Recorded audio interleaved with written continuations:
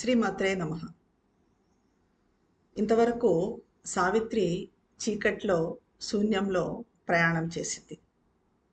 మనం ఇంతవరకు the book of double twilight వరకు చూసాము. ఇప్పుడు canto 1 the dream twilight of the ideal 10th బుక్లో ఉన్నాం.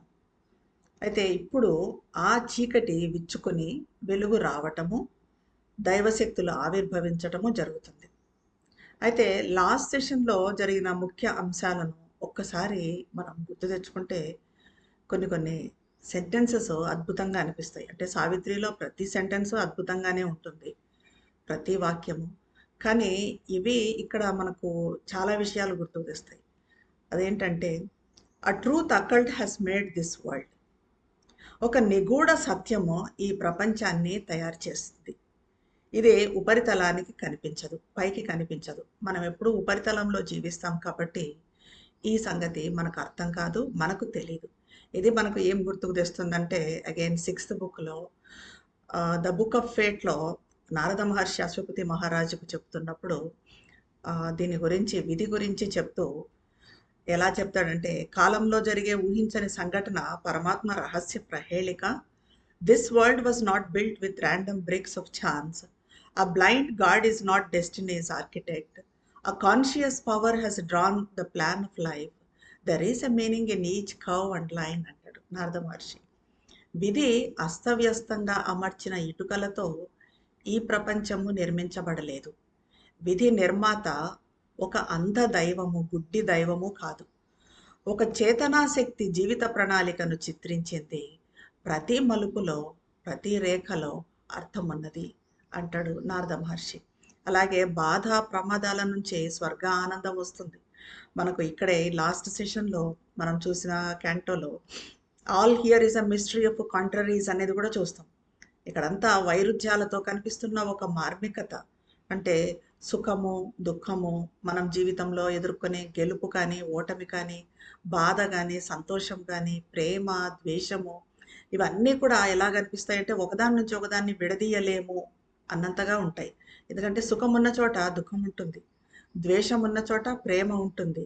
ఇలా అన్నీ కూడా పరస్పర వైరుధ్యాలతో ఉన్న ఒక మిస్టరీ లాగా కనిపిస్తుంది. మనమంతా మరణించాల్సిందే, కానీ మరణంతో మరి మన అస్తిత్వం నశించిపోతుందా పూర్తిగా? ఇదే మన అంతమా అంటే ఇది మన అంతం కాదు. ఎందుకంటే death is a stair, a door, a stumbling stride the soul must take to cross from birth to birth. A great defeat pregnant with victory, a whip to lashes towards our deathless state.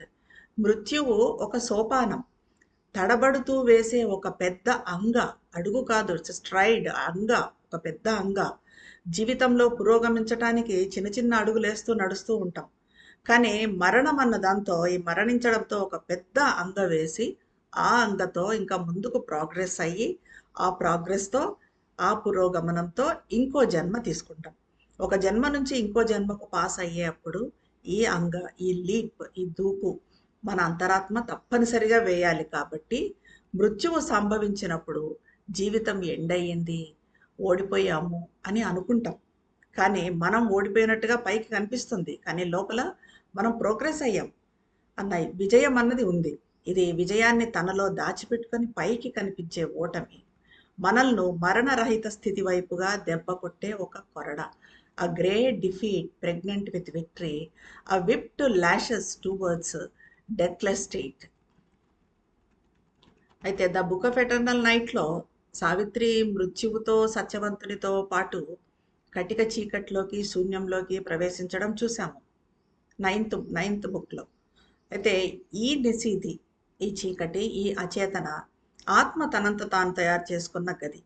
ఈ చీకటి మన ప్రారంభము కాదు, మన ముగింపు కాదు, ఇది మన ఆది కాదు, మన అంతము కాదు. అయితే ఇప్పుడు మనం ఇంతవరకు చూసిన ప్రపంచాలు ద బుక్ ఆఫ్ ఎటర్నల్ నైట్లో, ఇక ముందు తెలుసుకోబోయేవి ఈ 10th బుక్లో, ఇవన్నీ కూడా ఎక్కడో ఉన్నవి కాదు, మన చుట్టూ ఉన్నాయి. మరణించిన తర్వాత మనిషి ప్రయాణం చేయాల్సిన ఈ ప్రపంచాన్ని వైతరిణి అన్నారు. మదర్ ఎక్స్పీరియన్స్ ఒకటి ఉంది. అయితే మదర్ అల్జీరియాలో ఉన్నప్పుడు ప్రతి రాత్రి మనుషులు ఈ వైతరిని గుండా పాస్ కావటం మదర్ చూసేవారు. మరణించిన తర్వాత ప్రతి ఒక్కరూ దీని గుండా ప్రయాణం చేయాల్సిందే, వైతరిణి అన్న దాని గుండా. కానీ మదర్ దీన్ని దాటడానికి ఒక టనెల్ తయారు చేశారు. దానికి 1 సంవత్సరం పట్టిందని చెప్తారు మదర్‌కి. ఎవరైనా శ్రీమాత మీద పూర్తి విశ్వాసంతో, పూర్తి హోప్‌తో ఉంటే ఈ టన్నెల్ నుంచి పాస్ అయ్యి వైతరిణిని దాటొచ్చు. ఈ రకంగా మదర్ మన కోసము ఒక టన్నెల్‌ను తయారు చేసి పెట్టారు. అంటే మనము వైతరిణిని దాటాలి మనం మరణించిన తర్వాత అంటే, ఈ టన్నెల్‌లో ప్రవేశించాలి అంటే మరి మదర్ మీద విశ్వాసం విడిపోకుండా ఉండాలి. మరణించిన తర్వాత మనం కొన్ని తలాల్లోకి ప్రవేశిస్తాం. అలా మన అంతరాత్మ ఈ చీకట్లో, నిశీధిలో ఉండే కాలం ఉంటుంది. అయితే ఈ అంధకారంలో, అధోచేతనలో మనం నిలుపుకోవాల్సింది ఏమంటే మదర్ మీద విశ్వాసం. దీంతో మనలో ఏర్పడే హోప్ మనకు టార్చ్ లాగా వెలుగుతూ ఆ అంధకారంలో, ఆ నిశీధిలో మరణించిన తర్వాత మనం ఎంటర్ అయ్యే అంధకారంలో మనకు టార్చ్ లాగా వెలుగు చూపుతుంది. ఈ చిన్న హోప్ మన అంధకారంలోని అన్ని కష్టాలను, ఈ వైతరిని దాటటంలోని అన్ని కష్టాలను సులభంగా దాటేట్టు చేస్తుంది. ఇంతవరకు అయితే సావిత్రి ఈ అంధకారంలో ఉంది. ఈ అంధకారం వెనుక మరి ఏముంది? అంధకారం అంధకారమే అంతమా అంటే కాదు. అంధకారం వెనుక సుప్రమెంటల్ లైట్ ఉంది. భగవంతుని పైన, ఆయన ప్రేమ మీద సావిత్రికి అమితమైన విశ్వాసం ఉంది. సావిత్రి విశ్వాసంతో, ఆ హోప్‌తో, సావిత్రికి భగవంతుని మీద ఉన్న హోప్‌తో అంధకారపు తెరకు ఒక రంధ్రం పడింది. అయితే ఒక్కసారిగా రంధ్రం పడంగానే అంతా తళతళ మెరిసే వెలుగుతో నిండిపోయింది. చీకటి మొత్తంగా ఉపసంహరించుకుంది. వెలుగు ప్రవేశించింది. మరణం తర్వాత ముందు మనం నరకం అని పిలిచే ఈ అంధకారంలోకి ప్రవేశిస్తాం. మన అంతరాత్మ ప్రవేశిస్తుంది. తర్వాత స్వర్గంలోకి ప్రవేశిస్తుంది. ఇది మనకు ఒకసారి చూస్తే బుక్ 2లో 'పారడైజ్ ఆఫ్ గ్రేటర్ గాడ్స్' అన్న దాంట్లో తెలుస్తుంది. ఇవన్నీ కూడా స్వర్గాలు, హెవెన్స్. వీటిలోకి యోగ శక్తితో ఎవరైనా వెళ్ళొచ్చు. అక్కడ ఉండొచ్చు. అదే కొంతమంది యోగులు శరీరం వదిలాక వీటిలోకి ప్రవేశించి అక్కడే ఉండిపోవడం కూడా జరుగుతుంది. ఇప్పుడు మనము ఈ వెలుగులో దేవుళ్ళ ఆవిర్భావాన్ని గురించి తెలుసుకోబోతున్నాం. Page number 601. There is a morning twilight of the gods. Miraculous from sleep their forms arise, and God's long nights are justified by dawn. There breaks a passion and splendor of new birth, and hue-winged visions stray across the lids. Heaven's chanting heralds waken dim-eyed space. దేవుళ్ళ ఉషోదయ సంధ్య ప్రారంభమయ్యింది. నిద్ర నుంచి మేల్కొన్న ఈ దేవశక్తులు, దైవశక్తులు అద్భుతంగా బహిర్గతమయ్యాయి. అప్పటి వరకు ఉన్న అంధకారంలో, అంతవరకు ఏ నిశిది, ఏ చీకట్లో అయితే సావిత్రి ఉందో, ఆ చీకటికి, ఆ అంధకారానికి ఒక రంధ్రం ఏర్పడి వెలుగు వచ్చి ఆ వెలుగులో దైవశక్తుల ఆవిర్భావం జరిగింది. దేవుళ్ళు దీర్ఘరాత్రులు నిద్రపోతారు. చాలా రాత్రులు నిద్రపోతారు వాళ్ళు మేలుకోకుండా. ఇలా నిద్రపోవడం అన్నదైతే ఎందుకు ఇన్ని రాత్రులు, ఇంతకాలం, ఇంత దీర్ఘంగా నిద్రపోతారు అంటే, ఈ రకంగా నిద్రపోవటం అన్నది ఉషోదయాన్ని తయారు చేయటానికే జరుగుతుంది. అలా దైవశక్తుల నిద్ర కూడా అర్థవంతమైంది. నూతన జన్మకు సంబంధించిన భావావేశాలు, ఆ వైభవము, వివిధ వర్ణాల దృశ్యాలు ఇవన్నీ కూడా సావిత్రికి కనిపిస్తూ ఉన్నాయి. అస్పష్టంగా ఉన్న అనంత ఆకాశాన్ని స్వర్గపు మంత్రోచ్చారణలు, అంటే ఎక్కడైతే దైవశక్తుల ఆవిర్భావం జరిగింది కాబట్టి అక్కడ మంత్రోచ్చారణలు కూడా మేలుకొలుపుతూ ఉన్నాయి దేవుళ్ళని. ఇంకా The dreaming deities look beyond the scene and fashion in their thoughts the ideal worlds, sprung from a limitless moment of desire that once had lodged in some abysmal heart. Past was the heaviness of the eyeless dark, and all the sorrow of the night was dead. Surprised by a blind joy with groping hands, like one who wakes to find his dreams were true, into a happy, misty, twilight world, where all ran after light and joy and love, she slipped.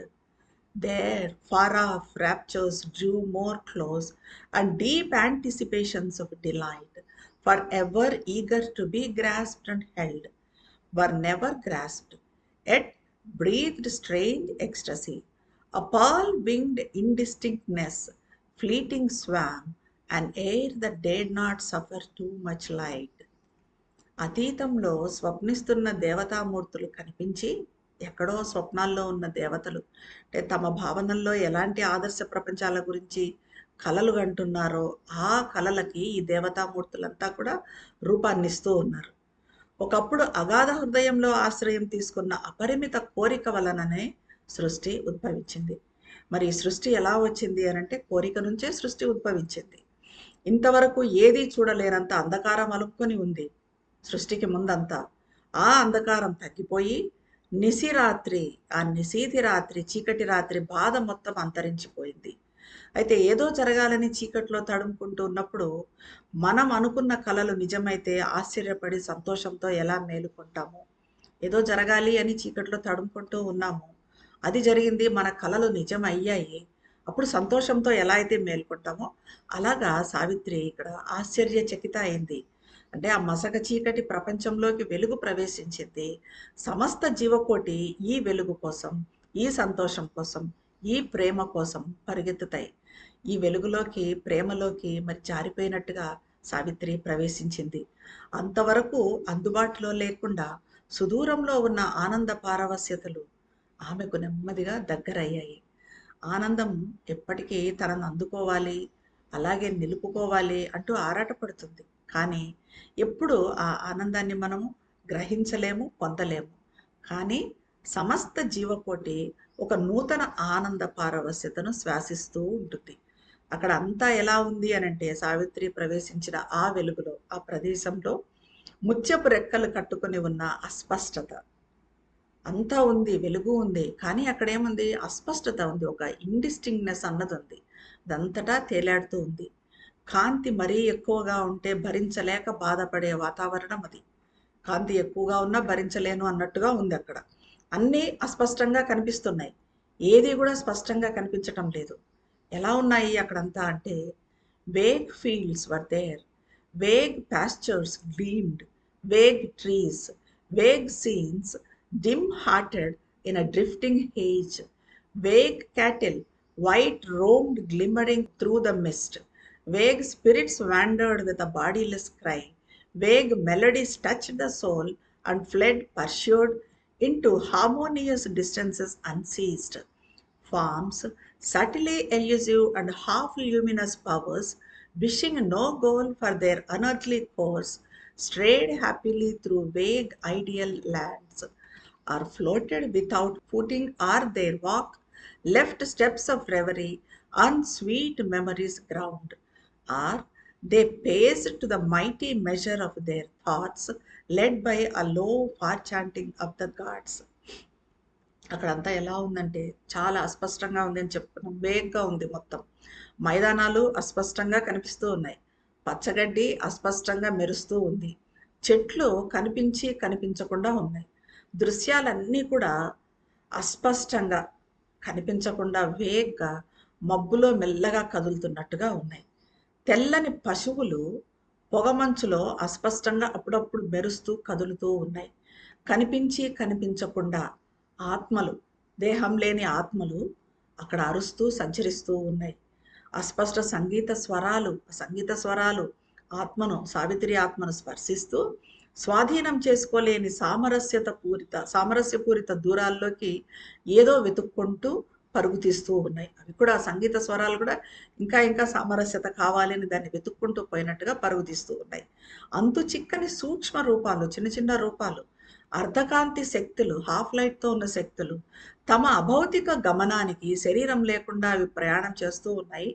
దానికి అంటే కాంతి మాత్రమే ప్రయాణం చేస్తూ ఉంది. చిన్న చిన్న అర్ధకాంతి శక్తులు ప్రయాణం చేస్తూ ఉన్నాయి, శరీరం లేదు వాటికి. అయితే వాటికి ఏమైనా గమ్యం ఉందా అంటే ఏ గమ్యము లేదు, శరీరము లేదు, గమ్యం తెలియదు, కానీ పరిగెత్తుతూ ఉన్నాయి.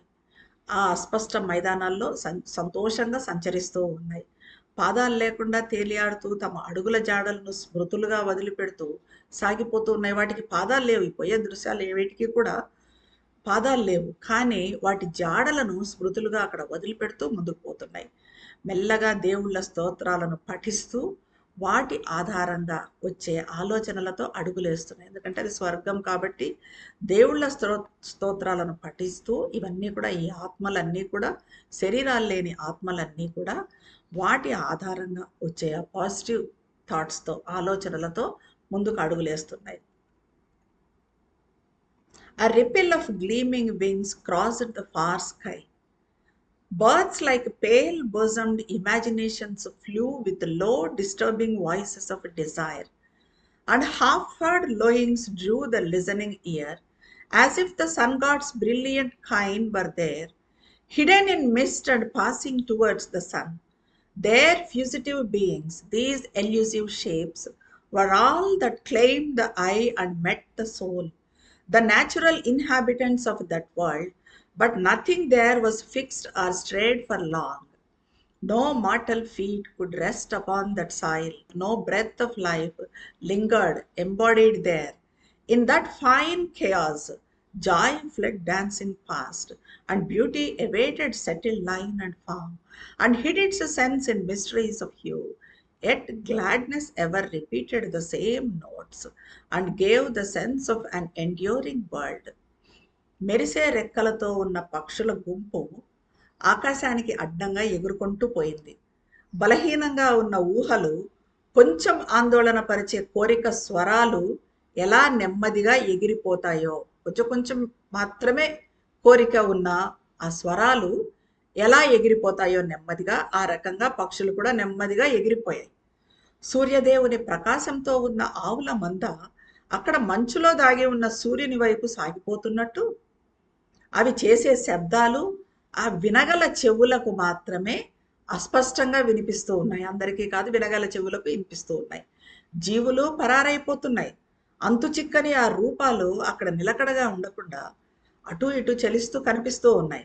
ఇవన్నీ కూడా సావిత్రి అంతరాత్మను తాకుతున్నాయి. ఇప్పుడు సావిత్రి ప్రవేశించిన ఈ ప్రపంచంలో సహజంగా నివసించేవి ఇవన్నీ కూడా. అది వాటి నివాస ప్రదేశం. ఇదంతా కూడా సావిత్రికి అస్పష్టంగా కనిపిస్తూ ఉంది. కానీ అక్కడ ఏది స్థిరంగా నిలకడగా ఎక్కువ కాలం ఉండటం లేదు. అందుకని ఆమె పూర్తిగా స్థిరంగా చూడలేకపోతుంది. అవి కనిపిస్తున్నాయి, మళ్ళీ తప్పించుకొని పోతూ ఉన్నాయి. మామూలుగా మనుషులు అక్కడ అడుగు పెట్టలేరు. మామూలు మనుషులు అక్కడ అడుగు పెట్టలేరు. జీవితపు శ్వాస సంచరించే శరీరాలు కూడా అక్కడ ఉండలేవు. అంటే మనలాంటి జీవితపు శ్వాసతో ఉన్న శరీరాలు అక్కడ ఉండలేవు. శరీరాన్ని వదిలిపెట్టిన తర్వాతే అంతరాత్మ అక్కడికి పోగలుగుతుంది. ఆ సున్నిత అస్తవ్యస్త స్థితిలో సంతోషం నాట్యం చేస్తూ వేగంగా పారిపోతుంది. సంతోషం కూడా స్థిరంగా ఉండదు, అది కూడా వేగంగా పరిగెత్తుకుంటూ పోతుంది, ఎక్కువ కాలం ఉండదు. దృశ్యాల సౌందర్యం కనిపిస్తూ ఉన్నాయి, దృశ్యాలన్నీ చెప్పుకుంటూ ఉన్నాం కదా. ఆ దృశ్యాల సౌందర్యం, వాటి అందం కూడా ఎలా ఉంది అంటే ఒక రేఖలో కానీ ఒక రూపంలో కానీ స్థిరంగా ఉండటం లేదు. అది ఆ కనిపించే రంగులు మార్మికంగా ఉన్నాయి. వాటి వెనుక, రంగుల వెనుక అంటే బ్లూ కనిపిస్తుందా, పింక్ కనిపిస్తుందా, వైట్ కనిపిస్తుందా, ఇలా ఎల్లో కనిపిస్తుందా, వీటన్నింటి వెనుక మార్మిక జ్ఞానం ఉంది. అవి కూడా స్థిరంగా కనిపించడం లేదు. సంతోషం కానీ సౌందర్యం కానీ ఏది స్థిరంగా ఉండటం లేదు అక్కడ. అయినా ఆహ్లాదము అదే స్వరాల్లో ఎప్పటికీ ఆవృతమవుతూ అది శాశ్వత ప్రపంచం అన్న భావనను సృష్టించింది. There was a strange consistency of shapes, and the same thoughts were constant passers-by, and all renewed unendingly its charm, alluring ever the expectant heart, like music that one always waits to hear, like the recurrence of a haunting rhyme. One touched incessantly, things never ceased, a skirt of worlds invisibly divine, as if a trail of disappearing stars there showered upon the floating atmosphere, colors and lights and evanescent gleams that called to follow into a magic heaven. And in each cry that fainted on the ear, there was the voice of an unrealized bliss. అక్కడ రూపాల్లో ఒక కొత్త స్థిరత్వం ఉంది. అదే ఆలోచనలు స్థిరంగా తిరుగుతూ ఉంటాయి. అంత అక్కడ సమస్తము అంతం లేకుండా తన వైభవాన్ని పునరుద్ధరించుకుంటూ ఉంటుంది. అంటే తిరిగి తిరిగి రిపీట్ అవుతూ ఉంటుంది ఆ సౌందర్యం కానీ ఆ వైభవం కానీ. ఈ రిపీట్ కావటం అన్నది మాత్రం స్థిరంగా ఉంటుంది. ఏది స్థిరంగా ఉండదు, అది మళ్ళీ మళ్ళీ రిపీట్ కావడం అనేది మాత్రం స్థిరంగా ఉంటుంది. ఎవరైనా మంచి సంగీతాన్ని వినాలని ఎలా వేచి చూస్తూ ఉంటే వారికి ఆ సంగీతం పదే పదే వినిపిస్తూ ఎలా వెంటాడుతుందో, ఏదైనా మనం ఇష్టపడ్డాము సంగీతము, అది మనం వినాలని పదే పదే వినాలని వెయిట్ చేస్తూ ఉన్నాము. అలాంటి మనకు అదే సంగీతం పదే పదే వినిపిస్తూ ఉంటే అలా ఏదో ఎలా ఉంటుందో అలా ఏదో కావాలని కోరే హృదయాన్ని ఇక్కడి వైభవం ఎప్పటికీ ప్రలోభ పెడుతూనే ఉంటుంది. సంగీతాన్ని కోరే మన హృదయంలాగా ఇక్కడ ఏదో కావాలని కోరే హృదయాన్ని ఆ వైభవము ఎప్పటికీ ప్రలోభ పెడుతుంది. అంటే నేను వస్తున్నాను వస్తున్నాను నీకు కనిపిస్తాను కనిపిస్తాను అన్నట్టుగా. ఎప్పుడూ స్వాధీనం చేసుకోలేని వస్తువులను నిరంతరము స్పర్శిస్తాం అక్కడ. కనిపించని దివ్య ప్రపంచాల అంచు అది. తేలుతున్నట్టుగా ఉన్న ఆ వాతావరణంలో నక్షత్రాలు వాటి జాడ వదిలి అదృశ్యమవుతున్నట్టుగా, నక్షత్రాలు కనిపిస్తున్నాయి కానీ అక్కడ జాడలు వదిలిపెట్టేసి మళ్ళీ వెంటనే అదృశ్యమవుతున్నాయి. వివిధ వర్ణాలు, కాంతులు, అప్పుడప్పుడు మెరిసి మెరుపులు ఒక మాంత్రిక స్వర్గంలోకి అనుసరించమని ఆహ్వానించాయి. ఇవన్నీ కూడా సావిత్రిది ఆహ్వానించాయి.